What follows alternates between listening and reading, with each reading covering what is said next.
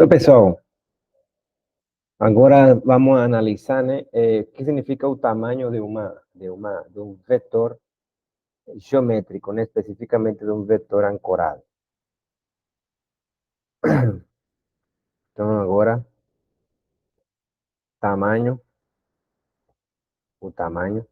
tamanho de de um vetor ancorado, né, de um vetor geométrico.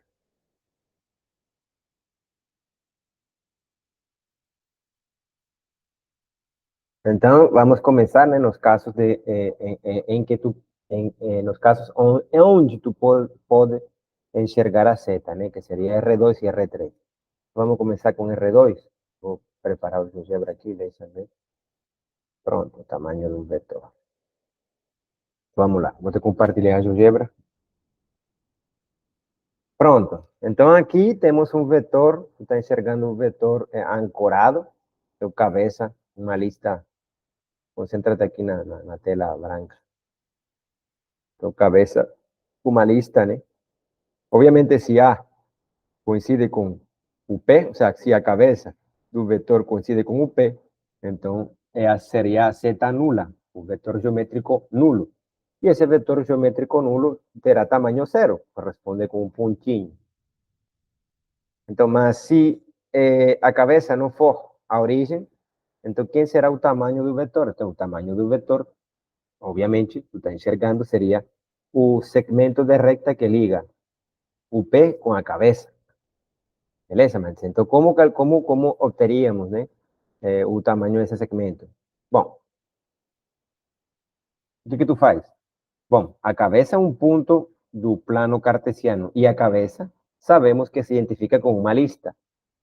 Que lista é essa? Bom, a projeção, tu projeta A sobre o eixo X, projeta A sobre o eixo Y, e agora tu pensa nesse segmento aqui como sendo a hipotenusa de um triângulo retângulo. Qual triângulo? Bom, aquele triângulo de medida, o módulo da diferença entre x menos 0.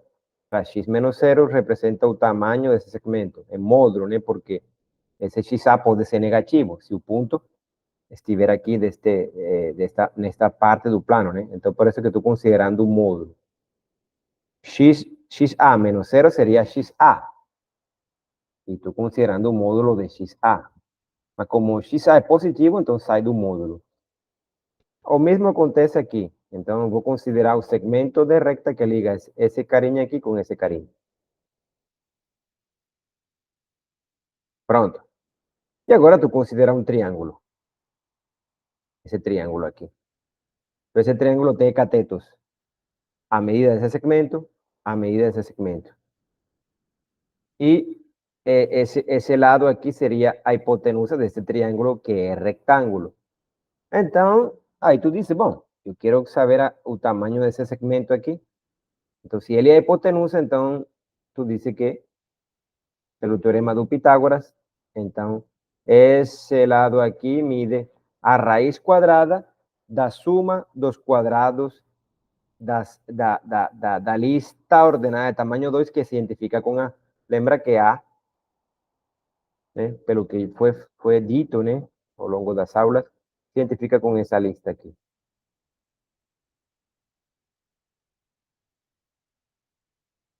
Beleza? Então, nesse caso, A se identifica com essa lista e XA é o módulo desse número aqui, se enxerga como sendo o tamanho de um segmento de recta. Esse cara aqui, o módulo desse cara aqui se enxerga como sendo que o tamanho de outro segmento de recta, que seriam que catetos de um triângulo retângulo, e portanto esse lado aqui mede, né, a raiz quadrada, a suma dos quadrados das entradas de A, né? Essa anotação aqui é para, muitas das vezes, né, a gente não carrega. Nos livros tu encontras, esse símbolo aqui representaria para nós o tamanho de um segmento de recta. Esse aqui é o segmento orientado com P em 0 e cabeça em A, né? Então, isso aqui significa tamanho. E em vez de escrever 0A, eu escrevi A, porque é para, às vezes, não carregar a anotação. A e 0A, né, são objetos diferentes. A é a cabeça do vetor e 0A es un vector con P en 0 y cabeza A. Mas, se eu não digo outra coisa, né? Vamos pensar nesses dois objetos como sendo as mesmas coisas, né?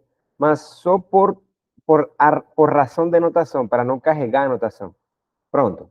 Então, no caso em que a cabeça do vetor esteja, né, sobre os eixos, nesse caso é fácil calcular o tamanho do vetor. Agora, se a cabeça do vetor coincide com o P, então é 0, né? Pronto.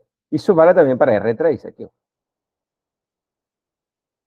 Se o pontinho estiver no plano XY ou em qualquer um dos planos gerado por eixo X, eixo Y ou eixo Z.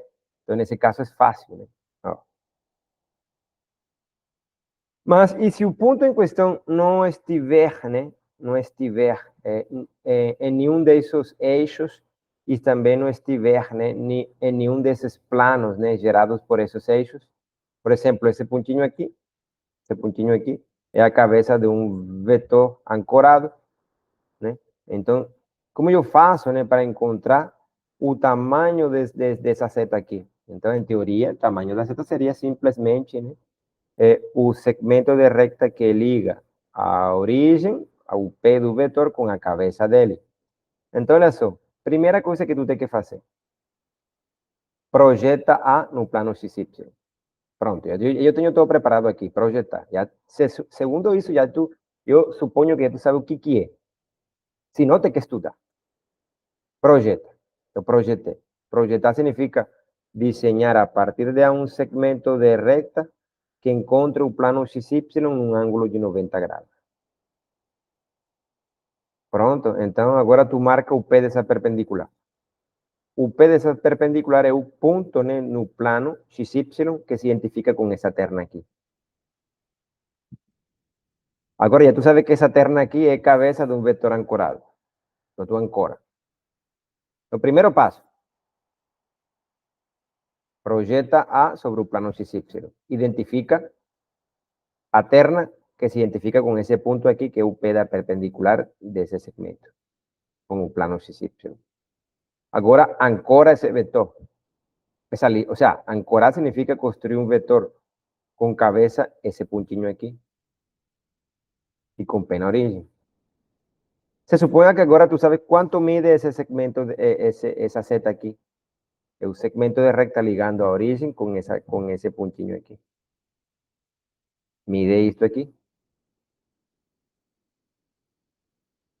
E agora tu diz, tá, agora eu posso pensar o segmento de recta que liga 0 com A como sendo que a hipotenusa de um triângulo de catetos.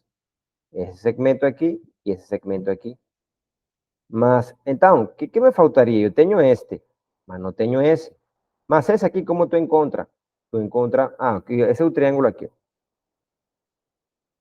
O triângulo. Nós queremos encontrar quanto mide a hipotenusa desse triângulo. O que tu vai fazer? Tu queres saber quanto mide esse segmento de recta. Então, o que tu vai fazer é projetar A sobre o eixo Y. Então, aqui está. Explicação. Projetei. Marco o pontinho ZA. Agora, esse segmento de recta que liga esse pontinho aqui com o ponto vermelho tem o mesmo tamanho que esse cara aqui. Tu está vendo aí? Então, portanto, esse segmento de A mide o módulo de CA. Eu digo módulo porque é possível que CA seja negativo. E agora tu diz, tá. Pelo teorema do Pitágoras, tu tem que o tamanho dessa seta, né, que seria o tamanho do segmento de recta que liga o P com a cabeça, seria a raiz quadrada da suma dos quadrados da lista que se identifica com A. Lembra que A, neste caso, se identifica, como ya sabemos, con la lista ordenada de tamaño 3.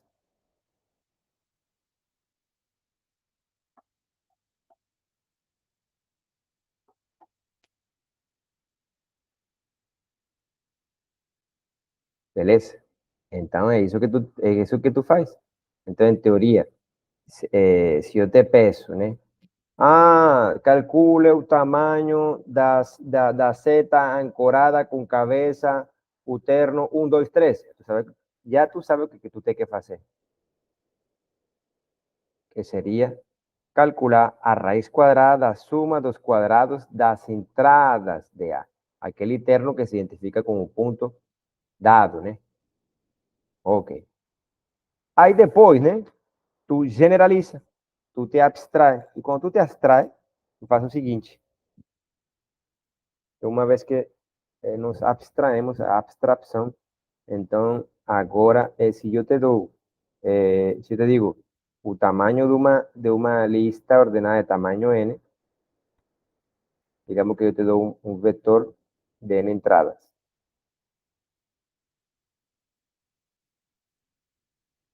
Então, o tamanho, né, da seta, que simbolizamos assim, ó. Eu vou escrever melhor assim. O tamanho da seta seria, que é o tamanho da lista, né? Isso para não carregar anotação. É por definição, a raiz quadrada da sumatória que 1 i, bom, i n x i quadrado. Ou seja, o que tu faz? Pega a raiz quadrada da suma dos quadrados das entradas do vetor, da cabeça do vetor, que está ancorado, né?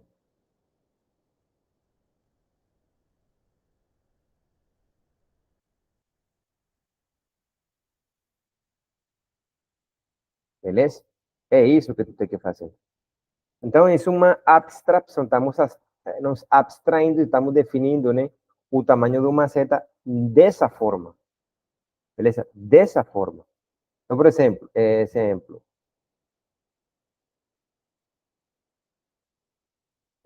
obtenha.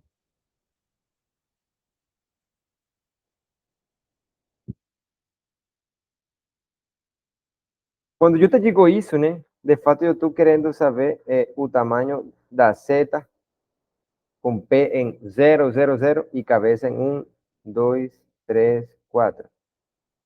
Então, mesmo tu não enxergue, né, eu estou dizendo que estamos nos abstraindo, né? Então, o tamanho dessa seta seria a raiz quadrada da suma dos quadrados das componentes do vetor, da cabeça do vetor, seria. Beleza? Exemplo. Então, esse número, essa raiz quadrada, né, da suma desses números representaria o tamanho do vetor. Então, nesse caso seria 1 mais 4, 5 mais 9 mais 16. Entendeu? Quero fazer essa conta. Exemplo. Eu te digo assim, 1, 2, 3. Bom, tirei o 4. Bom, agora, nesse caso, estou calculando o tamanho de uma seta. Qual seta? Vamos lá. Aqui, x, y, z. Então, aqui, digamos que é 1. Digamos que aqui é 2, aqui 1, 2, 3. Então, tu dices, paralela aqui. Esse pontinho é 1, 2, 0. E agora desenho uma paralela ao eixo z. Agora desenho uma perpendicular saindo daqui, que atravessa isso aqui. Esse pontinho aqui seria se identifica com o ponto 1, 2, 3. Com a terna 1, 2, 3. E agora, como eu quero calcular o tamanho dessa lista, de fato, estou abusando da anotação. Porque, de fato, o que quero eu é o tamanho da seta. Né? Aqui é 0. 0, lista. 0, 0, 0. Então, o tamanho da seta seria eh,